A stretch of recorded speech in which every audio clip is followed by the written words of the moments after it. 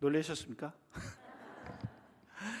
너무 좋은 학교를 나오고 또 좋은 학교에서 가르치는 일을 감당하고 있어서 저 스스로도 자랑스럽게 여기는데 그것을 더 자랑스럽게 여겨주시는 우리 장로님께서 저를 소개해 주셔서 너무 감사합니다.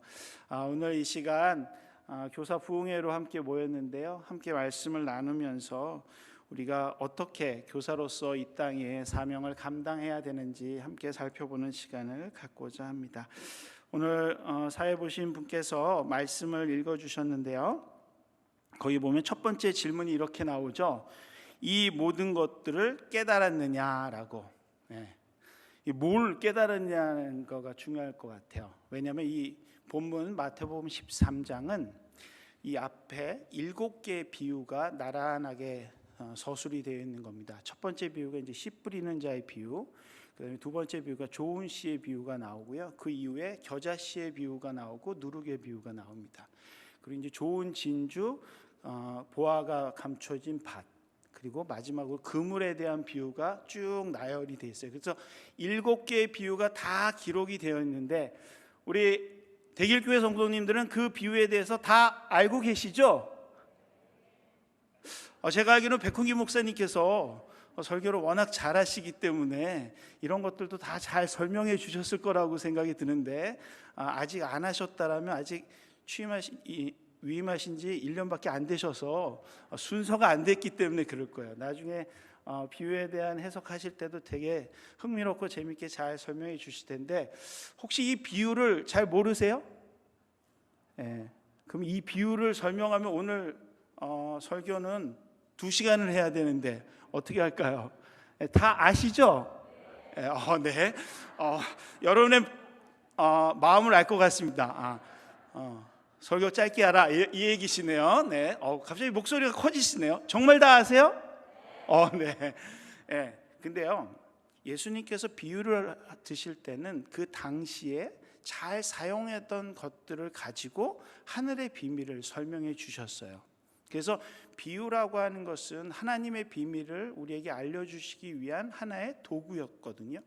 근데 마찬가지로 한국교회의 기독교 교육 혹은 교회 교육을 생각할 때 이 비유도 마찬가지로 사용할 수 있을 거라는 생각이 들어요. 특별히 요즘 코로나가 들어오면서 많은 사람들이 이 코로나가 뭘까라고 이야기할 때 사회적 재앙이다, 질병이다, 하나님의 심판이다, 여러 가지를 얘기하지만 저는 이 코로나를 하나님이 우리에게 다음 세대를 위해서 또 혹은 한국 교회를 위해서 무엇을 해야 될지를 알려주시기 위한 비유로 우리에게 보여주시는 하나님의 말씀이다라고 저는 해석을 합니다. 즉 이 코로나 안에는 하나님의 뜻이 담겨 있다라는 뜻이죠. 그러면 이제 다시 한번 질문하겠습니다. 여러분, 이 코로나 속에서 어떤 하나님의 뜻을 발견하고 계십니까? 네. 감사합니다. 요번에 대답이 크게 나왔으면 저 내려가려고 했습니다.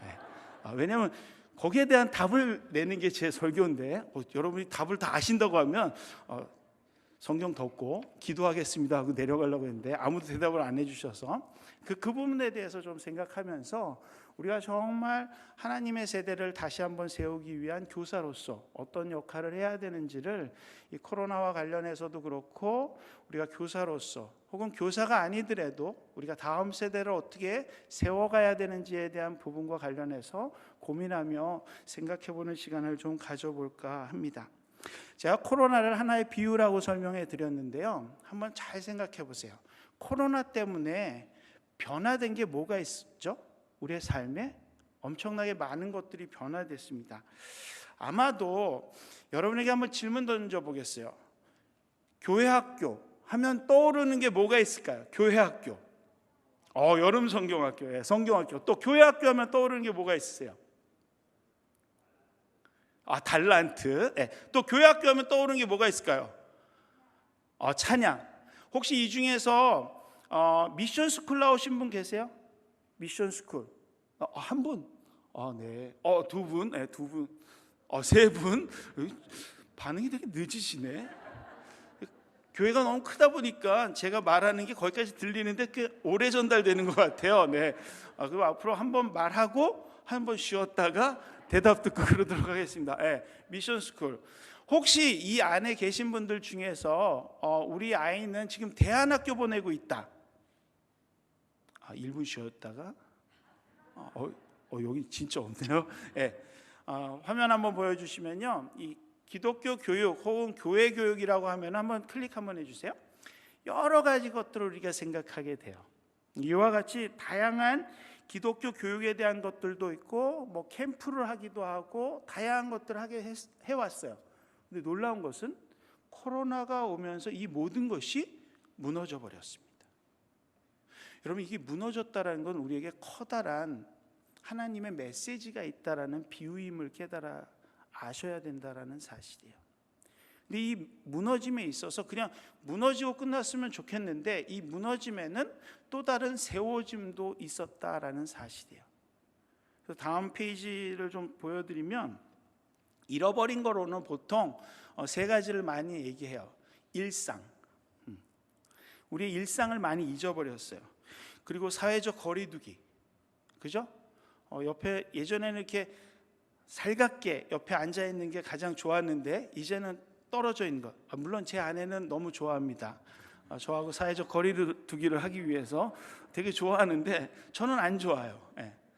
그런 사회적 거리두기 뿐만 아니라 교육 격차 같은 커다란 상황들이 벌어지기 시작했습니다. 그러나 이 상황에서도 좋은 것들이 많이 나타나기 시작했어요.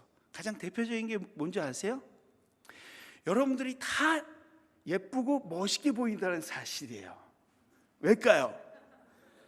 제가 아까 이루고 나올 때만 해도 와우 안 하시다가 제가 벗으니까 와우 하시더라고요. 왜요?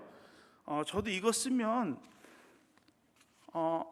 탤런트 못지않게 눈도 크고 멋있습니다. 벗으니까 와우 하죠. 저도 여러분을 보면 다 예뻐 보이세요. 눈이. 근데 이 코로나를 통해서 우리 가운데 변화되어진 것 중에 하나 가장 큰 게 뭐냐면요, 24시간 예배 볼 수 있다라는 거죠. 어디서나. 지금도 여기에 오지 못했지만 집에서 이 교사 부흥회에 참여하시는 선생님들도 계시고 성도님들도 계시다라는 사실이에요. 더 나아가서 여러분이 한 번도 사용하지 않았던, 예전에는 스마트폰 하나만 쓰는 것도 어려웠던 시대였는데 이제는 그 스마트폰 가지고 소그룹을 하는 그런 일들을 하는 게 지금 현재 교회의 모습이라고 할 수 있겠습니다. 더 나아가서는 그것이 온 오프라인으로 혼용이 되면서 새로운 시대가 벌어졌어요. 저도 여기서 지금 강의를 하고 있지만 또 설교를 하고 있지만 제 모습이 유튜브에 송출되면서 이게 계속 스트리밍이 돼요. 그런 놀라운 변화들을 우리가 코로나를 통해서 알게 되었습니다. 결론적으로 말씀드리면 코로나는 우리에게 새로운 메시지를 하나님으로부터 전달해 주는 도구인 거죠. 그때 주님이 우리에게 이렇게 질문하실 겁니다. 코로나를 통해서 너희가 내가 전하고자 하는 메시지를 이제는 다 알아들었느냐라고 물으실 때 여러분 뭐라고 대답하시겠습니까? 그때 우리는 이렇게 대답할 수 있어야 돼요. 네, 이제는 알 것 같아요. 마치 오늘 51절에 제자들이 그렇게 대답하죠. 그러하외다. 그러합니다. 이제는 알 것 같아요. 7가지 비유를 들었더니 천국이 어떤 건지 알 것 같아요 라고 그랬던 것처럼 이제 코로나를 2년을 지내는 우리가 주님이 우리를 향하여 자, 이 코로나 시국에 어떻게 다음 세대를 세워야 될지 나의 메시지를 들은 것 같니? 내 메시지를 들었니? 라고 물어보실 때 여러분이 하셔야 되는 대답은 네, 알 것 같아요 라고 대답하셔야 된다는 사실이에요. 그러면 주님이 그 다음 말씀을 우리에게 선포하세요. 그것이 오늘 함께 묵상하고 싶은 말씀입니다. 왜?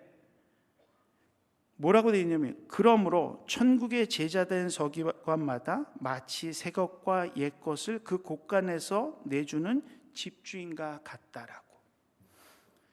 그러니까 이 시대를 살아가는 우리가 이제 2년을 살았는데 그 2년을 살았음에도 불구하고 무슨 뜻인지 모르고 그냥 살아야 되는 사람이 아니라 이제는 이 코로나라는 게 우리에게 하나님으로부터 온 메시지였구나라는 걸 깨달았다라면 이제 새로운 삶을 어떻게 살아야 되는지를 결단해야 될 때가 됐다라는 사실입니다. 마스크 하나만 쓰고 극복할 수 있는 일이 아니기 때문에 그렇습니다.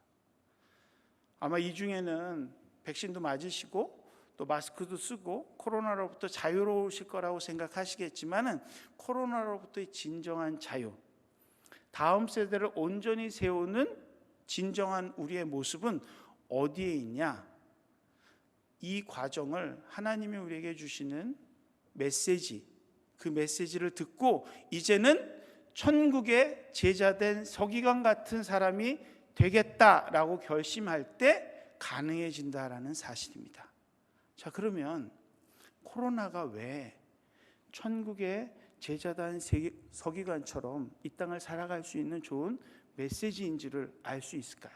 그것에 대해서 간단하게 좀 설명해 드리고 어떻게 살아야 되는지를 한번 묵상해 보는 시간을 좀 가져볼까 합니다. 첫 번째로는요, 성경을 보면 천국의 제자된 서기관이라고 나와 있어요. 그래서 이제 이 단어를 세 개의 단어가 묶여져 있기 때문에 조금 어려운 표현인데 이 단어를 하나하나 좀 끊어서 설명해 드리면요, 서기관이라고 하는 단어는요, 조금 쉬운 말로 하면은 옛날 고대 사회에서는 이 글씨 쓰는 능력만 가지면 서기관이라고 불렀어요. 근데 그 글씨 쓰는 능력을 가지고 있는 사람이 주로 하는 일이 뭐냐? 왕의 지시를 받아 적는 일을 하는 것이 서기관이었어요. 근데 이게 고대 사회에 그랬지 포로기 이후 에스라나 느헤미야와 같은 포로기 이후 그 정도만 되더라도 이 서기관의 역할은 바뀌어 버렸어요. 어떻게 바뀌냐면 성경을 옮겨 적는 일에서부터 더 나아가서 이것을 해석하는 일까지 하는 일을 하는 것을 서기관이라고 얘기하게 됩니다. 근데 지금은 어떤 시대죠? 지금은 옮겨 적고 해석하는 것 정도로 서기관의 역할을 감당하는 것이 아니다라는 사실이에요. 왜? 여기 계신 분들 중에서 글씨 쓸 줄 모르는 분 없으시고 쓴 글씨를 누구한테 전달하지 못하는 분 안 계신단 말이에요. 그리고 그것을 해석하는데 어려움이 있는 분들은 없으세요. 그러면 다 서기관이시잖아요. 그럼 우리는 어떤 서기관이어야 되냐라는 거죠. 근데 거기에 성경은 뭐라고 되어 있냐면 천국의 서기관이라고 되어 있어요. 천국의 서기관. 그러니까 소속이 천국이라는 거예요. 그럼 천국의 서기관이라고 했을 때 해석을 보통 두 가지로 하게 되는데, 하나는 이거예요. 천국의 가치에 의해서 살아가는 서기관. 내가 글씨를 쓸 줄도 알고 메시지를 전달할 줄도 알고 또 그것을 해석해서 알려줄 줄도 아는데 그 전달하고 해석하는 것을 무슨 기준에 따라서? 천국의 가치에 따라서 해주는 사람이라는 거예요. 어떻게 달라지겠어요? 똑같은 거라고 해도 내가 어느 가치를 가지고 이 메시지를 전하느냐, 어떤 가치를 가지고 문장을 해석하느냐에 따라서 전혀 다른 결과가 나오기 때문에 천국의 서기관이라고 했을 때 천국의 서기관이라는 건 다른 것이 아니라 내가 천국의 가치를 알고 그 가치에 따라서 내가 가지고 있는 것을 쓰고 적고 전달하고 해석할 수 있는 사람이라는 사실이에요. 또 한 가지가 있는데 그것은 궁극적으로 천국을 위해서 일하는 서기관이라는 사실이에요. 그러면 이렇게 하기 위해서는 어떻게 돼야 되냐라고 했을 때 가운데 있는 단어가 그것을 얘기해 줘요. 제자된 서기관이라는 거죠. 천국의 가치를 알고 천국 위에서 살되 제자된이라는 뜻은 한마디로 얘기하면 훈련받은 사람이다라는 뜻이에요. 종합해서 말씀드리는 거예요. 천국의 제자된 서기관, 즉 천국의 가치를 알고 천국을 위하여 천국에 속한 일꾼으로서 훈련받은 사람만이 무엇을 바로 깨달아 알 수 있다? 하나님으로부터 오는, 코로나를 통해서 오는 메시지를 정확하게 알고 그것을 다음 세대에게 전달해 줄 수 있고 해석해 줄 수 있고 알려줄 수 있고 가르쳐 줄 수 있는 사람이 된다라는 사실입니다. 바라기는 오늘 말씀을 듣고 묵상을 하고 결단을 하면서 우리 모두가 하늘에, 즉 천국의 제자된 서기관이 되시기를 주님의 이름으로 축원합니다. 자, 그러면 천국의 제자된 서기관이 되기 위해서는 어떻게 해야 될까? 오늘 성경에 보면 이렇게 나와 있어요. 옛 것과 새 것을 그 곳간에서 내놓는 집주인과 같다라고 되어 있어요. 옛 것과 새 것을. 자, 옛 것이 뭐고 새 것이 뭘까요? 주석을 보면 이 옛 것이라고 하면 구약, 율법 이렇게 되어 있고요. 새 것은 뭘까라고 하면 신약, 은혜 뭐 이런 걸 얘기해요. 그런데 이런 얘기하면 못 알아들으시더라고요. 그래서 이걸 조금 쉽게 설명해 드릴게요. 맛있는 김치찌개를 하려면 어떤 김치가 필요해요? 3년 묵은 묵은지가 필요해요. 그죠? 보쌈을 맛있게 먹으려면 어떤 게 필요해요? 막한 겉절이가 필요해요. 그래서 이거를 그 말대로 표현하자면 천국의 제자된 서기관, 20년 훈련받은 집주인은 최소한 새 것과 옛 것을 식단에 맞게 꺼내올 줄 아는 노련한 사람이라는 뜻이에요. 그죠? 여러분, 겉절이 가지고 김치찌개 하시는 분 있으세요? 없어요. 묵은지 가지고 보쌈 먹는 사람 없단 말이에요. 최소한 음식을 먹을 때도 그런데 아까 천국의 서기관은 어떤 사람이라고요? 천국의 가치를 알고 옛 것이 무엇인지 알고 새 것이 무엇인지를 적절하게 끄집어 내오는 사람이라는 거예요. 코로나가 이게 단순한 질병이 아니라 이게 우리로 한 재앙에서 끝나는 것이 아니라 하나님으로부터 오는 메시지인지를 옛 것과 새 것을 통해서 구분해내기 시작하는 거예요. 옛 것으로 봤을 때는 재앙이에요. 심판이에요. 왜? 하나님께서 불순종하는 자들을 향하여 분명히 재앙으로 뭘 보내신다고요? 전염병을 보내신다고 하셨으니까요. 그러나 이거를 새 것으로 해석하면 이것은 우리의 불순종과 우리의 방종과 우리의 과소비로 인한 우리의 무분별한 행동으로 인한 하나님의 제한, 하나님이 우리에게 주시는 심판, 또 다른 거의 사회적 결과물이라고 할 수 있단 말이에요. 그처럼 코로나라는 것을 옛 것과 새 것으로 해석하여 그것을 올바로 가르쳐 줄 수 있기 시작한다라는 사실입니다. 그러면 천국의 제자단 서기관이 돼서 정말 하나님의 말씀을 잘 가르치는 교사가 되려면 어떻게 옛 것과 새 것을 적절하게 끄집어내어서 우리의 다음 세대에 보여줄 수 있어야 될까요? 오늘은 그것을 위해서 두 가지를 한번 훈련해 보려고 합니다. 여러분이 이것을 지금 교사로 섬기시는 분들은 여러분의 학생들에게 적용해 보시면 좋을 것 같고요. 내가 교사가 아니다라고 하면은 내가 영적으로 관리하고 있는 나의 다음 세대에게 적용하는 차원에서 오늘 훈련하는 두 가지를 여러분의 삶에 적용해 보시면 좋을 것 같다라는 생각이 듭니다. 원래 교사라고 하는 존재는요, 학생이 있는 사람이에요. 근데 이 학생은 무엇이 필요해서 있냐면 자기가 어떤 것을 해야 될지를 가르침 받아야 될 사람을 학생이라고 불러요. 그리고 그 학생을 가르쳐 주는 사람을 교사라고 부르는데 이 교사라는 단어가요.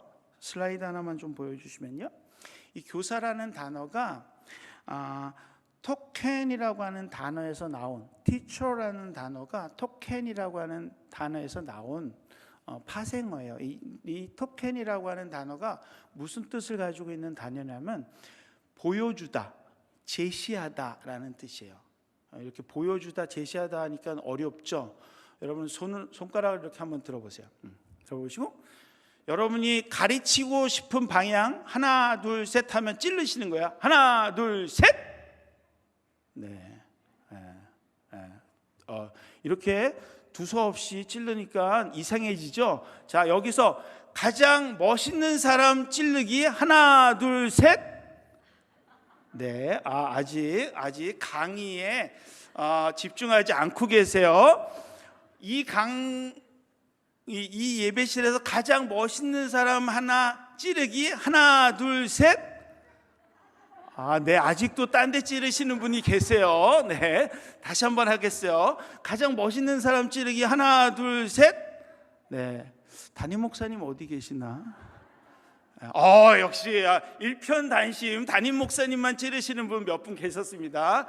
목사님 주목해 주세요.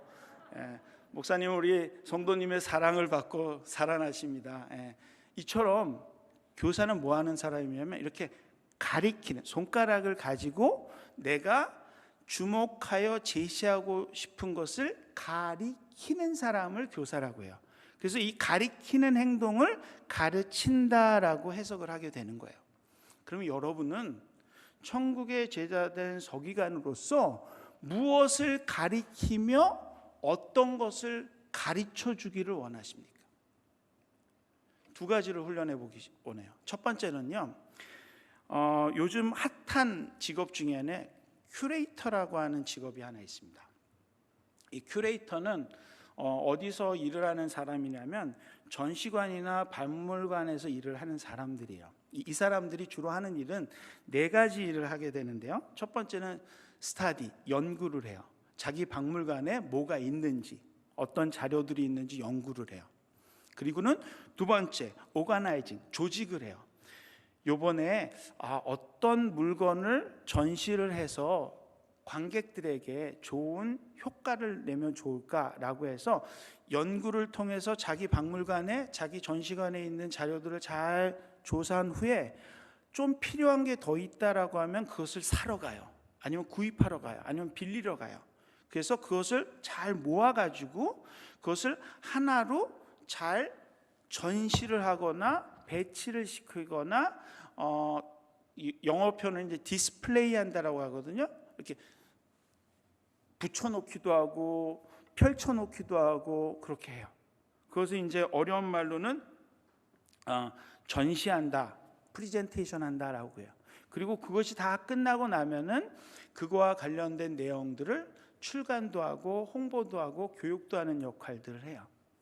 이게 무슨 의미냐면은 예전에 교사는 야 저기 뭐 있어, 야 저기 피아노 있어, 야 여기 건반이 있어, 여기 드럼 있어 라고만 가르쳐주면 됐어요. 근데 요즘에 교사는 피아노 있어, 건반이 있어, 드럼 있어만 가르쳐줘서는 안 돼요. 어떻게 해야 되냐? 좋은 큐레이터가 되어서 우리 교회에는 피아노와 건반과 드럼을 잘 좋아한 찬양팀이 있어라고 하는 걸 만들어줄 수 있는 사람이 되어야 돼요. 왜? 그러려면 피아노의 특성이 뭔지, 건반의 특성이 뭔지, 지금 얘기하는데 피아노와 건반이 뭐가 달라요? 뭐 이렇게 눈이 휘둥그레지시는 분이 계세요. 그런 분들은 이제 큐레이터 공부를 더 하셔야 돼요. 드럼이 뭔지 이런 것들을 나름대로 연구하고 조직하고 전시하고 출판해서 다른 사람으로 하여금 정말 중요한 메시지가 무엇인지를 깨닫도록 도와주는 역할을 하는 거예요. 이거를 성경에서 잘한 사람이 하나 있습니다. 저는 그 사람을 일명 누구라고 얘기하냐면 에스라라고 얘기합니다. 성경에 보면 에스라는요, 포로기 이후에 하나님의 율법의 말씀이 산재되어 있었어요. 왜? 성전이 무너지고 난 다음에 그 산재된, 흩어져 있는 하나님의 말씀을 에스라서 7장 10절 말씀에 보면 이렇게 돼요. 에스라가 여호와의 율법을 연구하여 준행하며 규례와 율례를 이스라엘에게 가르치기로 결심하더라라고 얘기하고는 철저하게 하나님의 말씀을 연구합니다. 그리고 더 필요한 게 있으면 더 깊이 찾아봅니다.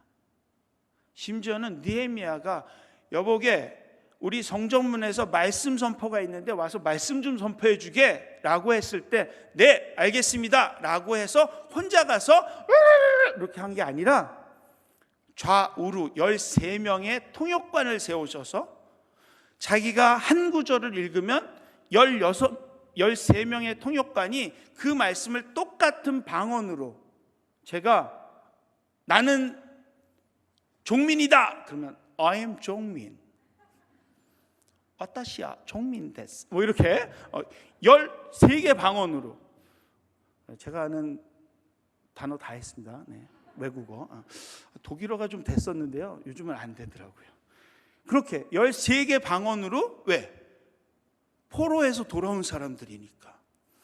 히브리어를 읽으면 못 알아들어요. 그렇게 프리젠테이션하고 즉 전시해주고 보여줌으로 인해서 어떻게 하냐? 하나님이 우리에게 전달하시고자 하는 메시지가 무엇인지를 발견할 수 있도록 도왔다라는 거예요. 그랬더니 어떤 일이 이루어졌냐? 느헤미야서 8장 8절 말씀에 보면 이렇게 돼 있어요. 하나님의 율법을 낭독하고 그 뜻을 해석하며 백성에게 낭독하는 것을 다 깨닫더라라고.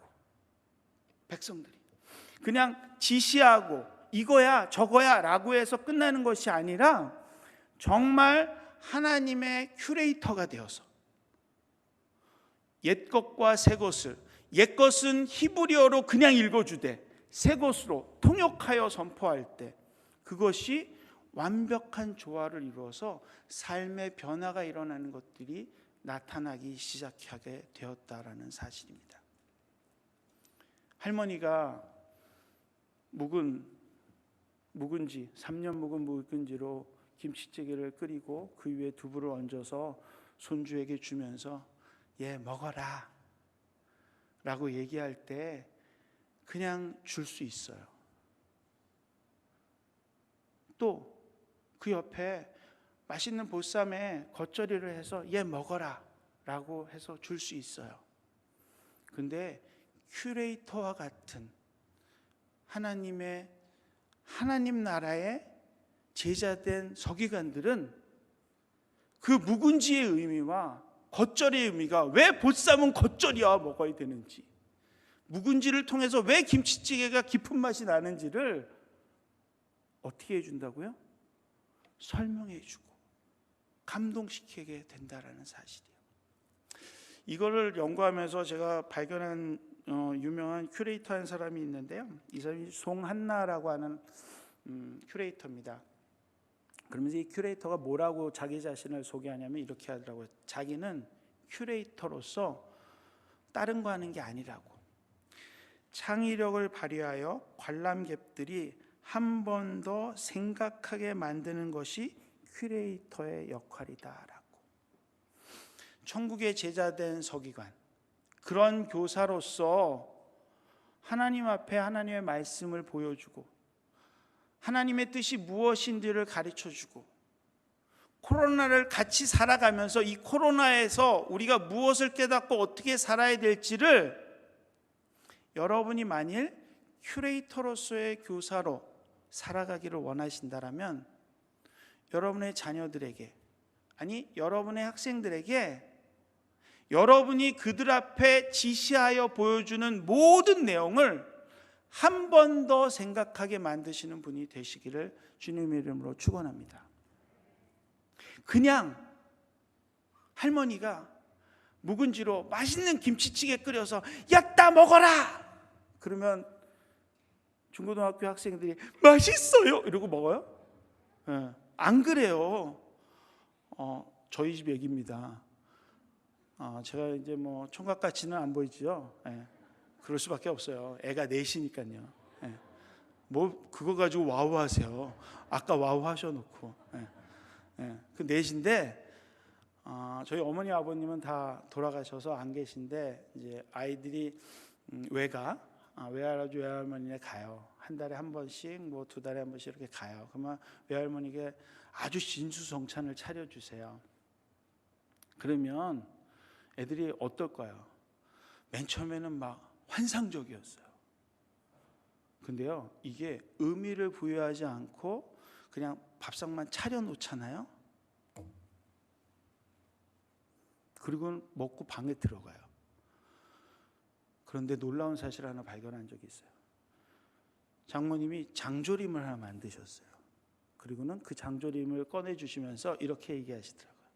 찬우야, 저희 막내입니다. 찬우야, 할머니가 이거 너 위해서 만든 거야. 그랬더니 얘는 그거를 그날도 먹지만 집에 가져와서도 먹으면서 누나들에게, 형에게 날 위해서 만든 거래. 날 생각하면서 먹으라고 하더라고요. 왜 그럴까요? 하나의 음식이잖아요. 별거 아니잖아요. 근데 뭘 생각하게 해요? 할머니의 정성을 생각하게 하고 할머니의 마음을 생각하게 하니까 그것이 전달되더라고요. 여러분이 교사로서 살아가면서, 아니 여러분의 자녀를 키우면서 혹시 여러분의 자녀들로 하여금, 여러분의 학생들로 하여금 하나님을 한 번 더 생각하게 하는 큐레이터 같은 그런 역할을 감당하시면 어떨까 조언해 드립니다. 그런 일을 감당하게 되면 여러분의 자녀들이, 여러분의 학생들이 하나님께 한 걸음 더 다가갈 수 있다라는 거예요. 그런 아이는요, 외갓집 가고 싶어 해요. 그런 아이는요, 교회에 오고 싶어 한다고요. 바라기는 큐레이터와 같이 하나님을 한 번 더 생각하게 할 수 있는 그런 역할을 감당하는 귀한 천국의 제자된 서기관들이 되시기를 주님의 이름으로 부탁드립니다. 두 번째는 퍼실리테이터라고 하는 직업군이 하나 있습니다. 이건 이제 좀 독특한 직업인데요. 예전에 수련회장에 가면 이렇게 훈련을 담당했던 사람들을 이 퍼실리테이터라고 불러요. 군대 다녀오셨던 분들은 아시겠지만 교관을 이 퍼실리테이터라고 부르고요. 요즘은 그런 딱딱한 의미의 교관이 아니라 회사에서 직무를 잘 감당하게 하기 위해서 어떤 일을 해야 될지 그들이 감당해야 된 책무와 업무가 무엇인지를 잘 분류하고, 그리고 그들이 해결해야 될 문제들을 어떻게 잘 해결해야 될지에 대한 방향성들을 제시해주고, 그리고 그렇다고 해서 그것을 지시하는 사람이 아니라 사람들이 그 문제를 잘 해결해 나갈 수 있도록 워크숍들을 통해서 풀어나가는 사람은 이제 퍼실리테이터라고 얘기합니다. 이런 사람들이 갖춰야 될 가장 중요한 소양 중에 하나는 4가지 소양이 있는데요. 어떤 소양이 있냐면 질문하기, 이 질문을 잘해야 돼요. 그 다음에 들어주기, 경청할 줄 알아야 되고요. 그 다음에 3번째가 이제 서머라이징이라고 해서 그 회의 시간에 나왔던 내용들을 적절하게 요약하고 다시 발표해 줄 수 있는 능력을 가지고 있어야 되고요. 마지막으로는 격려하는, 격려자로서의 역할을 잘 감당해야 된다라고 얘기합니다. 그래서 저는 이 퍼실리테이터의 역할이 최근에 나온 역할인 줄 알았어요. 근데 제가 이거를 연구하고 공부하면서 이거는 다 성경에 있었던 거더라고요. 그래서 이제 그걸 한번 조사해 봤어요. 질문하기는 누가 제일 잘했을까라고 했을 때 저는 이제 질문하기를 제일 잘했던 사람은 아브라함을 좀 들고 싶어요. 아브라함. 여러분, 아브라함이 이삭을 낳고 이삭을 이제 모리아산에 바치려고 갑니다. 이삭을 데리고 갈 때 아브라함이 이삭과 상의를 했을까요? 이삭아, 사실은 어젯밤에 하나님이 너를 모리아산에 바치댄다. 넌 어떻게 생각하니? 넌 가겠니? 안 가겠니? 이랬을까요? 안 그랬습니다.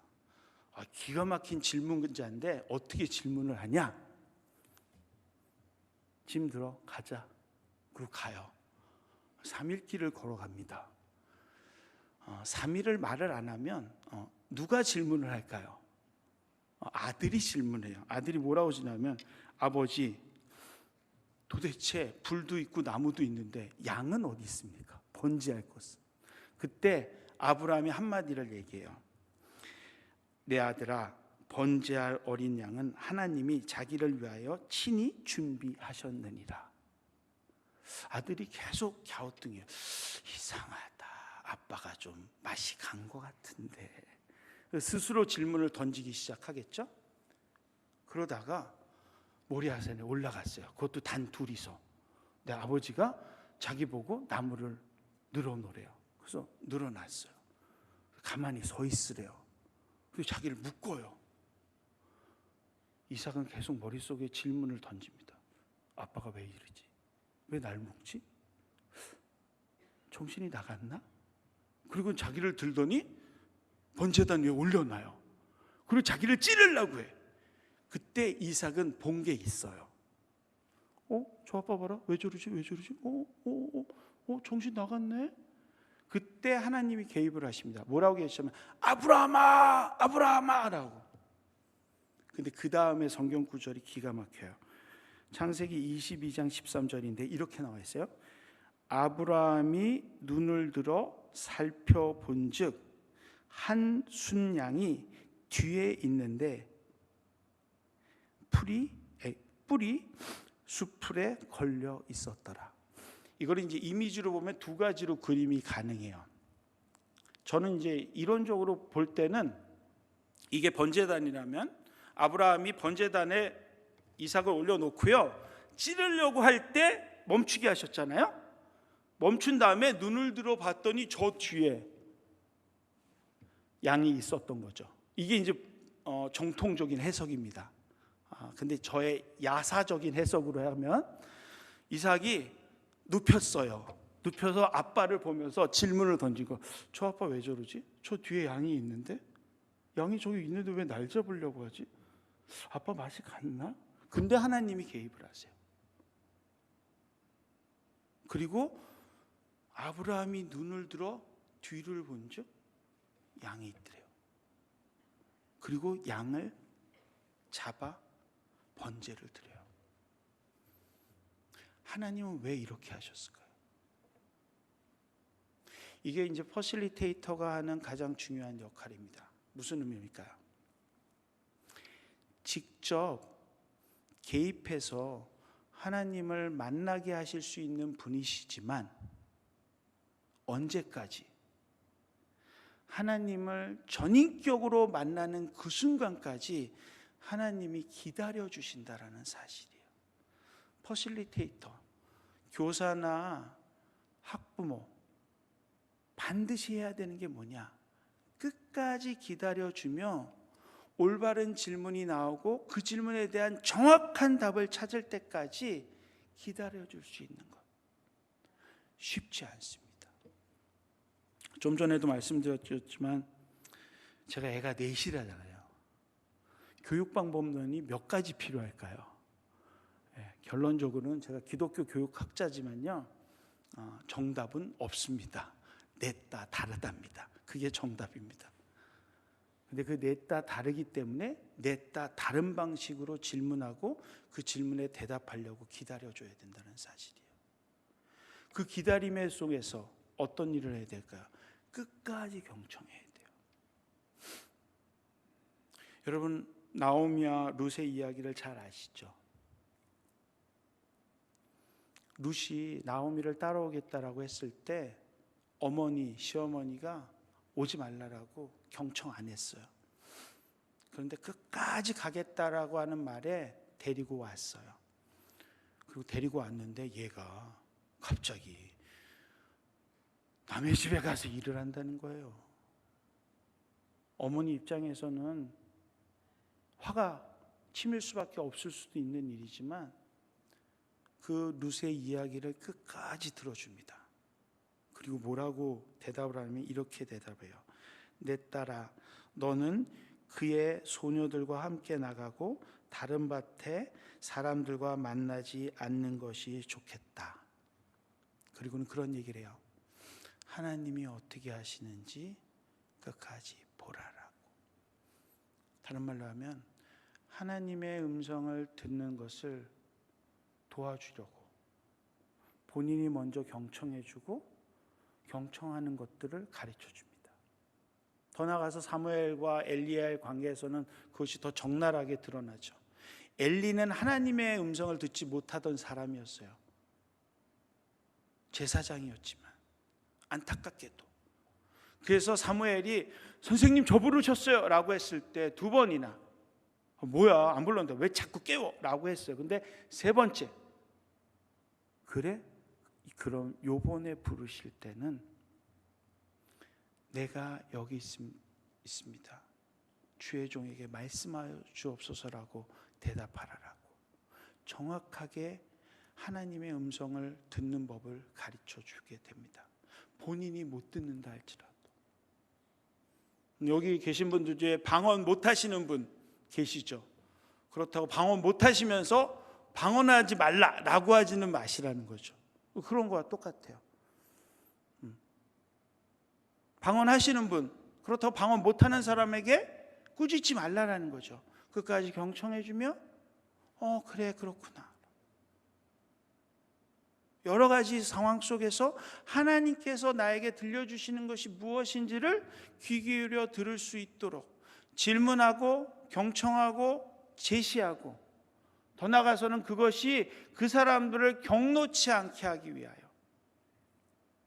에베소서 말씀에 보면은 너 아비들아 너희 자녀들을 노엽게 하지 말고 오직 주의 교훈을 따라 그의 교훈과 훈계로 양육하라라고 되어 있어요. 결론 퍼실리테이터와 같은 사람들은요, 그런 교사들은 어떤 일들을 하게 되냐면요, 철저하게 하나님을 만날 수 있도록 도와주는 역할을 하게 됩니다.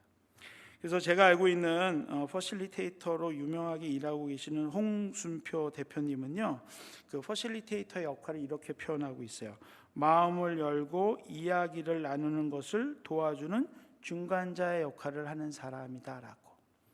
저는 이거는 일반적인 퍼실리테이터라고 생각이 들고요. 천국의 제자된 서기관으로서의 교사와 부모는 어떤 일을 해야 되냐?